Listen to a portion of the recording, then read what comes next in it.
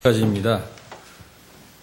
석 달 후에 우리가 그 섬에서 겨울을 난 알렉산드리아 배를 타고 떠나니 그 배의 머리 장식은 디오스구로라. 수사구사에 대고 사흘을 있다가 거기서 들러가서 레기온에 이르러 하루를 지낸 후 남풍이 일어나므로 이튿날 보디올에 이르러 거기서 형제들을 만나 그들의 청함을 받아 이레를 함께 머무니라. 그래서 우리는 이와 같이 로마로 가니라. 그곳 형제들이 우리 소식을 듣고 앞비오 광장과 트레스 타베르네까지 맞으러 오니 바울이 그들을 보고 하나님께 감사하고 담대한 마음을 얻으니라. 우리가 로마에 들어가니 바울에게는 자기를 지키는 한 군인과 함께 따로 있게 허락하더라. 아멘.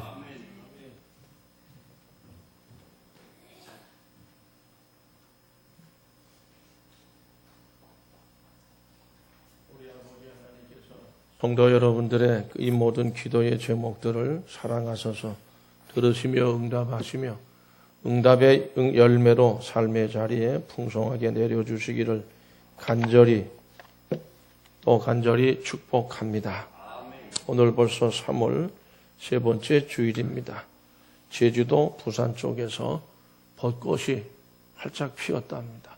신문에 사진이 찍히며 활짝 피었어요.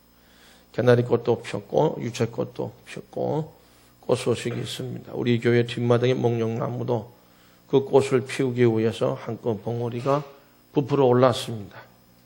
꽃봉오리를 보는 마음 기쁘죠. 즐겁습니다.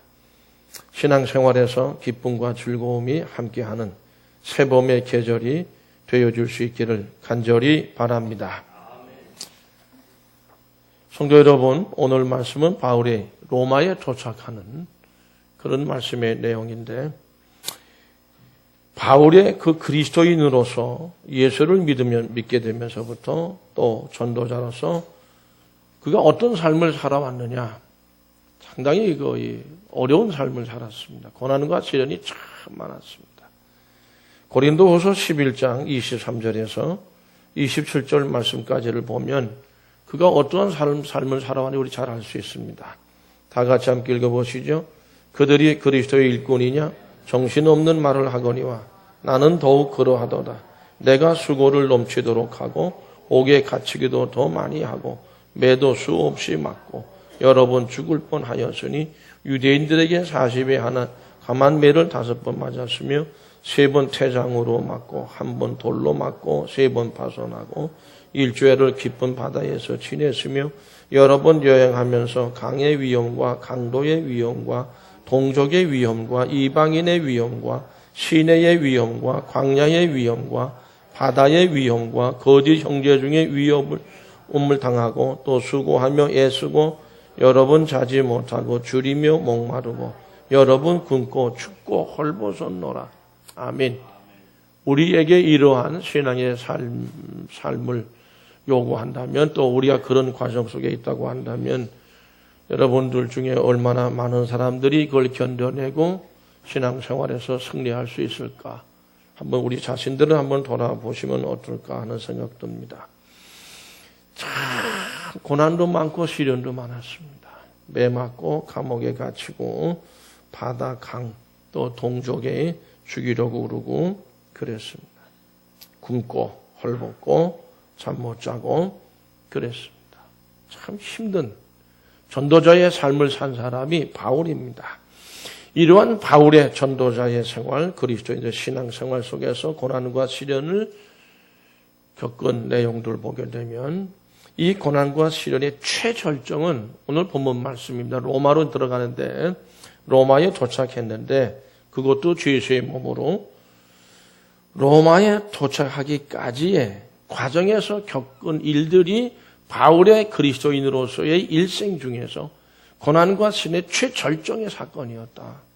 가장 극심한 그런 고난이 있었던 그런 과정을 거쳐서 드디어 로마에 이제 들어가게 됩니다.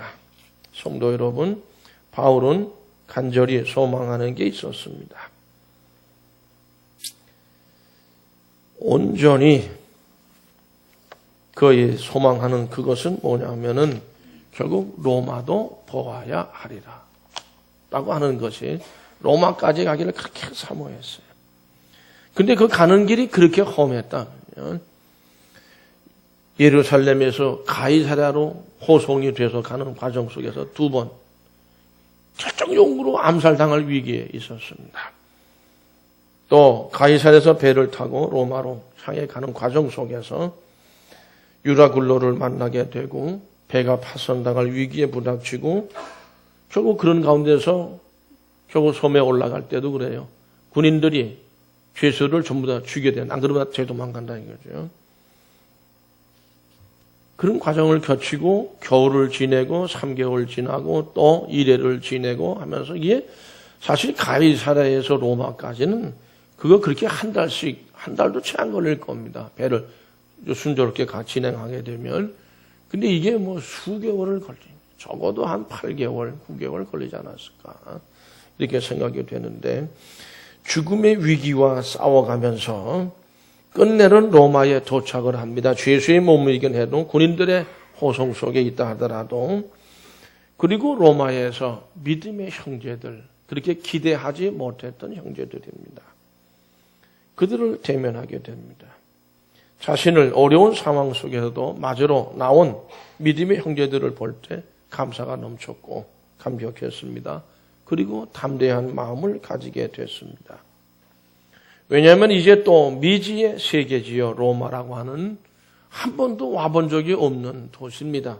세계의 제일 큰 도시였었는데 여기서 자신이 어떤 일을 겪어야 될 줄 모르는 가운데 있었고 자신의 운명이 어떻게 될 줄 모르는 가운데 결국 첫 발을 내디뎠습니다. 근데 믿음의 형제들이 찾아온 겁니다. 아마 어떻게 소식을 전해 들었는지 아마 편지로 또 이 소아시아나 유럽에 남아있던 그 이 제자들이 편지를 보내지 모르겠지만은 어쨌든 소식을 듣고 이제 찾아온 겁니다. 성도 여러분, 바울은 그 오랜 시간 동안 많은 위기를 겪으면서 지쳐 있었습니다. 지칠 대로 지쳐 있었습니다. 그리고 자신의 운명이 어떻게 될지도 모를 상황이었습니다. 물론 순교를 각오했던 그런 전도자였지만 로마 황제 앞에서 재판견을 받게 되게 될 터인데 그 결과도 예측할 수 없는 그런 상황이었습니다. 창칼을 든 로마 군인들이 자신을 지키고 있었고 그의 곁에는 제자들 중에 누구 하나도 한 사람도 없었습니다. 그는 외로웠습니다. 특히 바울은 지금 대단히 노쇠해 있었습니다. 육신적으로 약해 있었고 또 마음도 연약해져 있었습니다. 바울의 목회 서신인 디모데후서 4장 6절 7절 말씀 보면 다 같이 함께 읽어보시겠습니다. 전제와 같이 내가 벌써 부어지고 나의 떠날 시각이 가까웠도다. 나는 선한 싸움을 싸우고 나의 달려갈 길을 마치고 믿음을 지켰으니. 이 말씀은 이제 내가 세상을 떠나서 하나님께로 갈, 주님께로 갈 그러한 시점이 임박해 있다. 그는 연령적으로도 인생의 후반기에 속해 있음을 얘기를 하고 이제 그러한 때가 왔다는 고백입니다. 로마에 도착했을 때가 디모데후서 서신을 이게 목회 서신이거든요. 써서 에베소로 보냈던 그 시점보다도 훨씬 뒤에 있는데 로마로 간 거는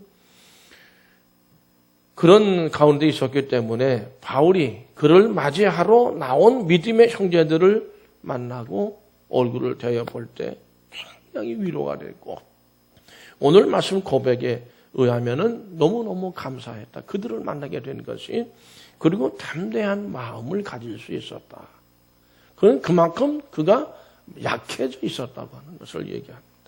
그러나 감사와 담대함이 넘쳤다. 이 새 은혜가 성도 여러분 어디서 온 것이었을까요? 이 믿음의 용기가 말씀드린 대로 믿음의 형제들이에요. 한 번도 얼굴을 대하여 보지 않았을 수도 있습니다. 근데 그 믿음의 형제들이 바울을 맞이하러 나왔다고. 그 형제들, 믿음의 형제들을 보니까 힘이 나는 거예요. 위로가 되는 겁니다. 참 하나님 감사합니다. 이 믿음의 형제들을 만나게 해줘서 그런 고백이죠. 성도 여러분, 물론 하나님의 사랑과 주께서 자신과 함께 하시면 기쁘신 은혜, 그 은혜가 넘친다는 신앙에서 나온 것은 근본적인 거고 믿음의 형제들을 만났을 때에 더 역시 인간은 약합니다. 그런데 그렇게 힘이 나고 하나님 참 너무 감사. 여기에도 하나님의 백성이 주님의 그런 백성 성도들이 여기에도 있었습니다 하는 그런 고백입니다. 성도 여러분, 이런 바울의 신앙 고백에는 여러 가지로 의미가 있습니다. 그 믿음의 이름 만날 때 그가 깨달은 게 무엇이었을까라고 하는 거죠. 제일 먼저는 바울은 자신을 맞으러 나온 믿음의 형제들을 보는 순간에 아직도 내가 해야 될 일이 남아있구나. 내 사명이 아직도 남아있구나. 내게 주어진 사명 중에서 내가 아직은 남아있다. 아직 우리 속된 말로 하면 아직 죽을 때는 아니다. 응? 이렇게 내가 늙었지만 노쇠해졌고 이렇게 약해졌지만 그래도 내가 할 일이 나한테 주어져 있구나. 그거를 깨달았고 그런 사실을 발견했을 때 감사와 담대함이 마음에 불같이 일어났다라고 하는 말씀입니다. 사도행전 28장 14절 15절 말씀을 다 같이 함께 읽겠습니다. 거기서 형제들을 만나 그들의 청함을 받아 이래를 함께 머무니라. 그래서 우리는 이와 같이 로마로 가니라. 그곳 형제들이 우리 소식을 듣고 아비오 광장과 트레이스 타베르네까지 맞으러 오니 바울이 그들을 보고 하나님께 감사하고 담대한 마음을 얻으니라. 아멘. 사실 여기서 14절에서 거기서 형제들을 만나 그들의 청함을 받아 이렇게 된 이 말씀은 아직 로마는 아닙니다. 이제 거의 13절에 보면 레기온에 이르러 하루를 지낸 후 남풍이 일어나므로 하루길, 100길로 하루길 그 지점이 있다가 이제 하루길에 다시 로마로 들어갔다. 이제 이런 의미인데 어쨌든 여러분 이런 이 말씀 속에서 이제 담대한 마음과 감사함을 얻게 됐는데 자기 사명이 아직은 남아있다는. 그러니까 자기가 자기 주님 모든 사명을 다 마칠 수 있도록 하나님께서 인도하시는구나. 그 믿음의 형제들을 보니까 거기서 감사하고 담대함을 얻었다는 거죠. 내 사명을 맞추는 신앙의 삶, 우리 가운데 이루어질 수 있기를 간절히 축복합니다. 성도 여러분, 우리 예수님께서도 그분의 공생애의 마지막 부분입니다. 얼마 남지 않은 그러한 때에 이런 기도를 하셨습니다. 요한복음 17장 4절에 있는 말씀 다 같이 읽어보시죠. 아버지께서 내게 하라고 주신 일을 내가 이루어 아버지를 이 세상에서 영화롭게 하였사오니, 하나님이 영화로움을 받으시는 것은 뭐냐면 주의 일꾼이, 주의 백성들이 하나님이 하라 하신 일을 다 이룰 때, 완성할 때, 성취할 때 하나님이 영광을 받으시는 줄로 믿습니다. 그와 같이 그러니까 결국 예수님께서는 이 땅에 보냄을 받은 일, 또 그리고 보냄을 받으신 이후에 모든 죄인들을 위해서 십자가에 희생 제물 되어 주신 이 일, 마지막에 그분이 남기신 말씀이 뭐죠? 다 이루었다는 고백이었습니다. 사명을 하나님이 나보고 하라는 일을 다 이루었습니다. 그때 하나님이 영광을 받으신다는, 하나님을 나는 그렇게 해서 영화롭게 하겠습니다라고 하는 신앙 고백이죠. 성도 여러분, 바울을 묵상해 보시죠. 로마로 가는 백길에서 유라 굴러라는 광풍 속에 죽을 위기 속에 있었습니다. 그러나 그런 가운데서도 자신의 사명에 대한 확신을 가지고 있었어요. 사도행전 27장 23절에서 25절까지를 같이 읽어봅니다. 내가 속한 바 곧 내가 섬기는 하나님의 사자가 어젯밤에 내 곁에 서서 말하되, 바울아 두려워하지 말라. 네가 가이사 앞에 서야 하겠고 또 하나님께서 너와 함께 항해하는 자를 다 네게 주셨다 하셨으니 그러므로 여러분이여 안심하라. 나는 내게 말씀하신 그대로 되리라고 하나님을 믿노라. 배 안에 있던 모든 사람들이 유락굴락 광풍이 휩쓸리니까 막 물건 다 내던지고 살기 몸부림을 쳤어. 이제 다 죽는다. 절망에 빠졌습니다. 그때 바울은 기도했습니다. 근데 하나님이 하신 말씀이 네가 누구 앞에? 가이사 앞에 서게 될 거다. 그리고 너와 함께 한 일을 다 네 손에 줬다. 다 네 생명을 구원 얻게 하시는 그런 하나님의 역사를 말씀하십니다. 그러므로 바울은 얘기하는 거예요. 안심해라. 나는 하나님이 주신 말 그대로 다 이루어질 줄로 믿는다는 것입니다. 아직은 내가 사명이 남아있기 때문에 죽지 않는다. 너희들도 그 은혜 속에서 다 산다는 거죠. 우리들도 이런 믿음의 확신을 가질 수 있기를 바랍니다. 하나님이 나를 통해서 뭔가 하시고자 하는 일이 있다고 하는 그런 확신과 사명감으로 우리가 뭉쳐 있다고 한다면 우리는 결코 절망 속에서 절망하지 않을 수 있습니다. 성도 여러분, 바울은 로마서 15장 16절 말씀에 이렇게 얘기합니다. 같이 읽어보시죠. 이 은혜는 곧 나로 이방인을 위하여 그리스도 예수의 일꾼이 되어 하나님의 복음에 제사장 직분을 하게 하사 이방인을 제물로 드리는 것이 성령 안에서 거룩하게 되어 받으실 만하게 하려 하심이라. 즉, 아멘. 그러니까 이게 이 말씀은 이런 말씀입니다. 자기는 이방인을 위해 부름받은 사도라는 거예요. 자기. 그냥 바울은 다른 사도, 12사도들과는 다르게 이방인을 예수 그리스도의 백성으로 이렇게 복음을 전해서 구원받게 하기 위한 사명을 특별히 나한테 주셨다. 그 사명이 지금 로마에서도 이루어지게 될 것이라고 하는 확신이 있었습니다. 우리 신앙인들은 그러므로 사명에 사는 사람들이 그리스도인이요 믿음의 사람들인 줄로 믿습니다.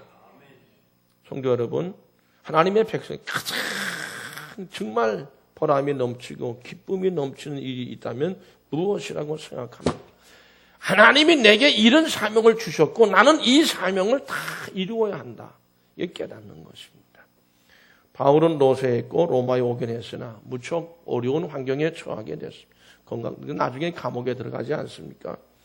예상 못했던 그러나 너무도 먼 곳에서 자기를 소식을 듣고 마주하는 믿음의 형제들을 볼 때 이 로마에서 내가 할 일이 있구나. 하나님이 시키시는 일이 있다. 물론 나중에 이제 거기서 순교를 합니다만은 그런 생각에 잠기니까 감사가 넘치는 끝까지 참 자기가 하나님의 뜻한 일을 다 못할 줄 알았는데 다 하게 하시는구나. 그리고 담대해진 거예요. 하나님이 함께 하신다는 것 때문에 이러한 용기와 감사는 하나님께서 자신에게 주신 은혜라고 하는 것입니다. 성도 여러분, 하나님께서 내게 주신 사명이 있음을 깨닫고 그 사명을 주신 말씀도 또 이룰 수 있는 기회, 그 주어지는 것은 큰 은혜입니다. 그런 마음이 바울에게 드는 거예요. 그것이 감사했고 담대해지는 원동력이 되어졌다는 것이죠. 성도 여러분, 가족이나 자녀들에게 또 직장 생활 속에서 교회를 위해서는 여러분들에게 어떤 사명이 주님으로부터 주어졌다고 생각하고 계십니까? 나에게 맡겨진 일이 바로 이것이다라는 생각되는 일, 그 일이 깨달아지게 된다면 우리는 그것이 담대함과 감사의 조건이 되어줄 수 있는 것입니다. 참 행복해지는 거죠. 런던 타임스라는 신문이 미 영국에 있는데 거기서 이제 사람에게 있어 가장 행복함을 어떤 때에 느낄 수 있나 사람이 그러면 이제 조사를 한 것 같습니다. 여론조사를 한 것 같아요. 그 내용을 보면 첫 번째가 어떤 사람이 가장 행복함을 느끼느냐 어떤 때에 어린 아이가 바닷가에서 모래를 가지고 노는데 모래의 성을 만들어서 쌓아서 완성했을 때 그 어린 아이의 마음이 첫 번째 행복한 사람. 제일 행복해하는 게 그거라. 두 번째는 아기에게 목욕을 시켜가지고 다 끝났어요. 이제 됐다. 그 엄마가 그런 마음을 가지고 일어나잖아요. 두 번째 행복한 모습은 그 모습이에요. 세 번째는 아주 정교한 공예품, 이게 나무로 만든 장이에요. 장을 다 짜놓고 만족한다. 휘파람을 부는 목공. 세 번째 행복한 사람. 네 번째는 뭐 같습니까? 아주 어려운 수술을 가장 힘들어서 그 수술을 성공하고 그래서 한 생명을 구하게 된 의사. 네 번째입니다. 행복한 사람이라는 거예요. 근데 여러분 놀라운 사실은 다섯 번째, 여섯 번째는 모르겠어요. 거기에 기록이 없어서. 내용들 중에 가장 행복한 사람들은 영국의 어떤 왕이나 또 귀족이나 대정치가나 인기 있는 직업을 가지고 돈을 많이 보는 그런 어떤 사업가나 이런 사람들이 없다는 사실이에요. 대개는 사람들이 생각하는 행복이라고 하는 건 어떤 일을 어떻게 했을 때, 완성했을 때, 그것으로 해서 만족할 때, 그때 비로소 사람들은 행복해야 한다는 것입니다. 우리 식으로 표현하면 그렇습니다. 내게 주어진 사명을 다 했을 때, 성취해서 말씀대로 행복함을 가진다고 하는 것을 저는 깨닫게 됩니다. 성도 여러분, 내 사명이 무엇인가 묵상하실 수 있기를 바랍니다. 두 번째로 우리 14절 15절 말씀 다시 한번 읽어보실까요? 거기서 형제들을 만나 그들의 청함을 받아 이레를 함께 머무니다. 그래서 우리는 이와 같이 로마로 가니라. 그곳 형제들이 우리 소식을 듣고 앞비오 광장과 트레에서 타베르네까지 맞으러 오니 바울이 그들을 보고 하나님께 감사하고 담대한 마음은 그들을 보고 하나님께 감사하고. 성도 여러분, 바울은 자신을 맞이하러 나오는 믿음의 형제들을 보면서 잘 모르는 사람들이에요. 어떻게 보면 그들은 바울을 잘 아는지는 몰라도 여기에 내가 비록 주 예수의 몸으로 보냄을 받았지만은 아직 내가 사랑해야 할 사람들이 있구나. 그러니까 로마에 대한 사랑, 로마인들에 대한 사랑할 사람이 있구나. 사랑의 대상이 아직도 나한테는 있다. 그런 생각에 젖어서 감사와 담대함이 넘치게 됐다는 말씀이지요. 바울은 원래 그리스도의 복음을 전하기 위해서 상당히 오래전에 갈라디아, 아소아시아 내륙으로 들어갈 그렇게 애를 썼었어요. 엄청난 노력을 했습니다. 그러나 사도행전 16장을 읽어보면 6절에 성령이 아시아에서 말씀을 전하지 못하게 했다. 성령께서 바울이 아시아에서 복음을 전하지 못하게 했다. 7절에 보면 가고자 애쓰되 예수의 영이 허락하지 아니하시는지라 이런 말씀들이 나타나 있습니다. 그래가지고 계속해서 이리 갔다 저리 갔다 나중에 트로이까지 갔어요. 그리고 한밤중에 기도하는데 환상 중에 마게도냐 샘이 보였습니다. 우리에게로 와서 마게도를 건너와서 우리를 도와달라 그랬습니다. 아주 애절한. 다음 주 설교 제목이 뭡니까? 하나님을 움직인 사람. 오늘 본문하고 같습니다. 이 16장 사도행전 16장에 본 본문인데 그때에 비로소 복음을 전하는데 마게도니아 사람들을 사랑하셔서 결국 나를 그리로 부르시는 거로구나. 마게도니아 사람들에 대한 사랑이 바울의 믿음의 심장에 가서 새겨진 게 돼. 그래가지고 지체하지 않고 그날로 바로 마게도니아 쪽으로 넘어갑니다. 배를 타고. 성도 여러분, 그렇게 해서 예수 그리스도의 복음이 유럽에 전파되기 시작을 했던 겁니다. 바울은 일평생을 거쳐서 배척을 많이 받았습니다. 미움도 받았습니다. 많은 사람들이 미워했습니다. 그러한 때에 바울은 고린도후서 12장 15절에 이런 고백을 합니다. 같이 읽어보실까요? 내가 너희 영혼을 위하여 크게 기뻐함으로 재물을 사용하고 또 내 자신까지도 내어 주리니 너희를 더욱 사랑할수록 나는 사랑을 덜 받겠느냐? 이런 고백을 합니다. 이게 무슨 말씀일까요? 내가 너희 영혼을 크게 기뻐하고 재물을 사용, 이게 뭐야? 너희들 돈까지 줬다 이게. 내 재산을 다 팔아서 너희들 돈까지 다 주고 그렇게 너희를 사랑하고 더 사랑했는데 그렇게 할수록 나는 너희들에게 사랑을 덜 받는 거냐? 반문한 겁니다. 이 이야기 속에는 사랑할수록 더 큰 오해와 더 큰 위험을 받는 심정이 얼마나 안타까운지가 나타나요. 이렇게까지 사랑해도 너희들은 나를 덜 사랑하는 거냐? 뒤집어 보면, 긍정적으로 보면 그는 상대방들 속에서 사랑하신 대상을 늘 발견하려고 애를 썼다. 그렇게 생각되어집니다. 인간 로마도 어떻게 보면 참 가혹한 핍박에 넘치는 곳이었어요. 그러나 그런 중에서도 믿음의 형제들이 자기를 맞이하러 나왔다. 볼 때에 너무도 감사했고 또 용기가 넘쳤다라고 하는 것입니다. 미국뿐 아니라 전 세계적으로 여성 중에서 가장 존경받는 한 사람, 루즈벨트 대통령의 부인이었던 엘레나 루즈벨트 여사라고 합니다. 저는 이 글을 읽고서야 알았습니다. 이 엘레나는 10살 때 고아가 된 거로 되어져 있고 너무나 가난하고 뼈저린 그런 어떤 궁핍한 생활을 하다 보니까 이 엘레나가 돈을 가리켜 말하기를 이렇게 말했답니다. 땀과 눈물로 조각이 된 종이 지폐 돈을 보고 그렇게 말했다. 너무너무 고생해서 20살에 결혼, 아마 루즈벨트와 결혼한 것 같습니다. 결혼하고 11년 동안 6남매를 낳았대요. 한 아이가 어머니, 그러나 한 아이가 여섯을 낳았는데 한 아이가 먼저 엄마 품 안에서 하늘나라로 가는 고통을 겪었다. 그때 많은 친구들이 찾아와서 엘레나를 위로했답니다. 그러나 그때의 그 친구들을 향해서 이 엘레나가 내가 사랑할 수 있는 아이들이 아직도 5이나 있다. 그럼 오히려 친구들을 위로했다는 것. 걱정하지 말라고. 엘레나의 남편인 루즈벨트, 미스터 루즈벨트는 다리가 마르기 시작해서 쇠붙이로 받침대를 만들어가지고 다리에 붙이고 수레를 타고 이게 아마 그 당시에 휠체어가 대중화가 안 됐던 시기였던 것 같습니다. 그런 장애인이었습니다. 그때 남편이 엘레나에게 농담 삼아 이런 얘기를 했답니다. 지금도 나를 사랑하시오?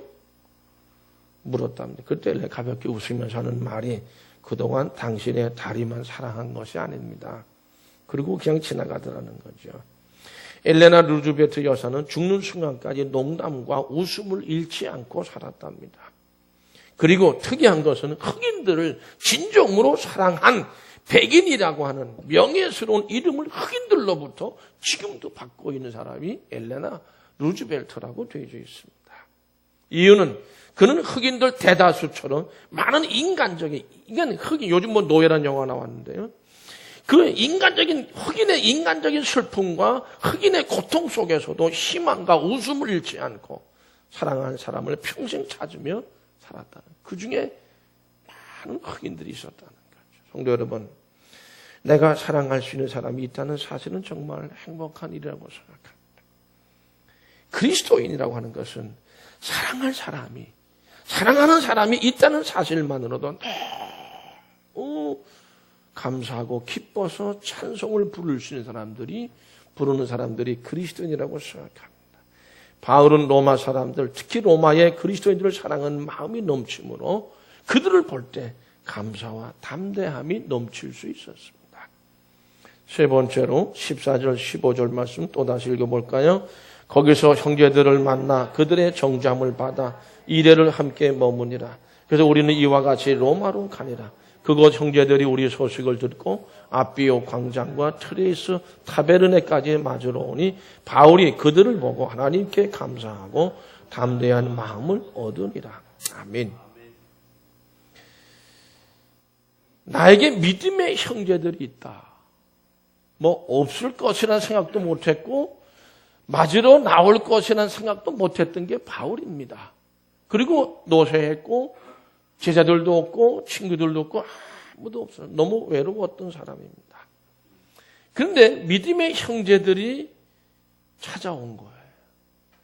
거기에 용기와 감사가 넘쳤어요. 여러분, 그 로마에서 아마 아비오 광장과 트레이스 타베르네까지가 거리가 한 50마일이라고 그러니까 아마 그 사람들이 있던 곳에서 이 로마를 얘기하는지 잘 모르겠는데 하여튼 80km 정도 됩니다. 우리 여기서 청담동에서 80km 남쪽으로 내려가면 어디까지입니까? 제가 봐서는 어디 주감인가? 거기까지 갈 것 같아요. 80km. 엄청난 거리입니다. 거기를 소식을 듣고 바울의 제자들이 이 아시아나 저 유럽에서 마게도니아에서 편지를 보내지를 몰라도 소식을 듣고 바울을 맞으러 그 먼 거 지금 뭐 그 당시 뭐 교통이 발달한 것도 아니지 않습니까? 그 엄청난 거리를 걸어서 아니면 마차를 타고서 상당한 거리로 온 거예요. 그러한 그들의 그 믿음의 형제들의 사랑을 볼 때 너무 감사, 용기가 생긴 거예요. 비록 숫자는 많지 않았지만 그 당시 로마는요 아주 가혹하게 박해하던 황제들이 있었습니다. 기독교인들을 드러내놓고 예수를 나 믿는다 이렇게 말하기도 쉽지 않은 분위기에 있었습니다. 위험한 거죠. 근데 그런 가운데 바울, 기독교의 아주 대표적인 인물입니다. 떳떳하게 나 예수 믿는 사람이라고 얘기하면서 찾아 나왔어요. 맞으러 나왔어요. 그런 믿음의 형제들이 있었다고 하는 거. 이게 너무 하나님께 감사하고 또 그런 가운데 담대한 믿음을 저들이 저렇게 용감한데 용기가 있는데 나도 용기를 갖자. 성도 여러분, 요한복음 6장 66절에서 60절 말씀 보면 예수님께 제자에게 하신 말씀이 있습니다. 같이 읽어보실까요? 그때부터 그의 제자 중에서 많은 사람이 떠나가고 다시 그와 함께 다니지 아니하더라. 예수께서 12 제자에게 이르시되 너희도 가려느냐? 예수님의 인기가 푹 떨어졌어. 예수님이 자꾸 무슨 말씀하셨는가 하면 나는 이제 고난받고 죽을 거다. 그런 말씀을 하기 시작하면서부터 제자들이 떠났고 어떤 기적, 이적 같은 걸 막 행할 때 그때는 막 모여들었는데 이 고난받고 죽을 거라는 말씀을 하기 시작하면서 사람들이 제자들이 떠나기 시작했고 다 떠났어요. 인기가 폭 떨어져 버려요. 그러니까 예수님이 제자들 12제자 보고 너희들 갈 거냐? 그럴 때 요한복음 6장 68절 보면 시몬 베드로가 대답합니다. 같이 읽어보시죠. 시몬 베드로가 대답하되 주여 영생의 말씀이 주께 있사오니 우리가 누구에게로 가오리까? 영생의 말씀이 예수님에게인데 우리가 어디로 가? 우리는 안 갑니다. 시간 좀 거리는 좀 있지만 예수님께서 이런 베드로를 향해서 뭐라고 말씀하셨습니까? 마태복음 16장 18절 말씀 같이 읽어보십니다. 또 내가 네게 이르노니 너는 베드로라. 내가 이 반석 위에 내 교회를 세우리니 음부의 권세가 이기지 못하리라. 아멘. 성도 여러분, 그런 고백을 했던 베드로의 믿음 위에 반석이 돼서 내 교회를 세운다. 그러나 이 교회가 세워지면 음부의 권세도 이기지 못합니다. 제가 제 나름대로 해석을 해보면 로마가 아무리 가혹한 박해를 하고 핍박을 한다 하더라도 복음 전도하는 일을 거기에 세워진 신앙 공동체를 허물 수 없다. 믿으시면 아멘. 그겁니다. 교회라고 하는 것은 성도 여러분 영원한 생명의 말씀인 예수와 하나가 되는 사람들의 모험을 가리킵니다. 우리가 영생의 말씀이 어디로 갑니까? 우린 주님과 떨어질 수 없습니다. 물론 나중에 십자가에 죽으려 제 도망간 제자들에게 냈어도 그 신앙 고백만은 틀림없는 사실은 바울은 이러한 교회의 성격을 고린도전서 1장 10절에서도 강조하고 있습니다. 같이 읽어보시죠. 형제들아 내가 우리 주 예수 그리스도의 이름으로 너희를 권하노니 모두가 같은 말을 하고 너희 가운데 분쟁이 없이 같은 마음과 같은 뜻으로 온전히 합하라. 아멘. 같은 말을 하고 같은 마음과 같은 뜻으로 합하는 것이 온전히 합해지는 고린도 교회는 그렇지 못했습니다. 교회라는 한 믿음으로 이런 신앙 공동체가 되어야 되는데 고린도에 그렇지 못해. 왜 그렇게 못해? 전부 자기들 이기심 때문에 그런 거예요. 자기들 뜻대로 뭔가 하려고 하다 보니까 고린도 교회가 엉망진창이 됐습니다. 신앙 공동체 올바른 모습이 아닙니다. 그러니까 예수님의 제자들과 예수님 하나가 돼요. 베드로의 고백이 귀한 것이죠. 미국에 고메츠라고 하는 전설적인 야구 선수가 있는데 투수였다고 합니다. 그에게 기자가 물었습니다. 당신의 투수로서의 성공의 비결이 어디에 있었다고 생각하십니까? 한마디로 하는 말이 발이 빠른 외야수들이죠. 그렇게 얘기를 했다는 거예요. 이게 투수가 아무리 잘 던져도 맞으면 공이 날아갈 때 외야수들이 빠르게 달려가 잡아주지 않으면 실패한다 그 말이에요. 근데 그 외야수는 발 빠른 외야수들이 열심히 달려가서 공을 잡아주니까 내가 투수로서의 사실 빛이 나게 된 거는 그들 덕택이지. 이런 고백을 했습니다. 여러 명의 선수들이 함께 게임을 하는 그런 체육 이런 경기에서 한두 선수가 잘한다고 해서 이길 수 있는 것은 아니라고 하는 거죠. 이길 수 없습니다. 전체가 다 하나라고 하는, 함께하는 한 마음, 한 뜻으로 막 움직일 때만이 승리할 수 있는 줄로 믿습니다. 이건 공동체가 하나가 돼야 된다라고 하는, 그럴 때 하나님의 뜻을 이룰 수 있고 그 삶을 온전히 잘 감당할 수 있다고 하는 말씀이라고 생각합니다. 전도서 4장 9절 10절 말씀 다 같이 읽어보시죠. 두 사람이 한 사람보다 나으면 그들이 수고함으로 좋은 상을 얻을 것입니다. 혹시 그들이 넘어지면 하나가 그 동물을 붙들어 일으키려니와 홀로 있어 넘어지고 붙들어 일으킬 자가 없는 자에게는 화가 있으리라. 기억하시죠? 전도서 4장 12절 말씀 같이 읽습니다. 한 사람이면 패하겠거니와 두 사람이면 맞설 수 있나니 세 겹줄은 쉽게 끊어지지 아니하느냐. 믿으시면 아멘. 사무엘상 18장 1절 말씀 같이 읽어보시죠. 다윗이 사울에게 말하기를 마침에 요나단의 마음이 다윗의 마음과 하나가 되어 요나단이 그를 자기 생명같이 사랑하니라. 아멘. 요나단이 다윗을 자기 생명같이 사랑했다. 여러분, 우리 요즘 새벽 기도 때 사무엘상을 묵상하고 있는데요. 다윗도 요나단의 말에 가면 생명을 걸고 신뢰했습니다. 우리 분명히 기억해야 됩니다. 자기 생명같이 사랑하는 대상, 우리가 섬기는 우리 교회가 돼야 됩니다. 신앙 공동체는 그 마음, 내 생명처럼 사랑하는, 우리 모든 신앙 공동체가 그렇게 이루어졌고 여기에 생명을 바쳐서라도 감당할 내 사명이 있다라고 하는 그런 믿음으로 우리가 하나가 되어져야 될 줄로 생각합니다. 성도 여러분, 이제 우리의 사순절 기간입니다. 예수 그리스도를 섬기는 신앙 공동체로서의 청단교회를 정말 생명처럼 사랑하신 예수님의 그 사랑을 우리 영혼에 새기면서 믿음으로 하나 되는 감사와 담담이 넘치는 사순절 기간이 되어줄 수 있기를 간절히 바랍니다. 기도하시겠습니다. 함께 하셔서 우리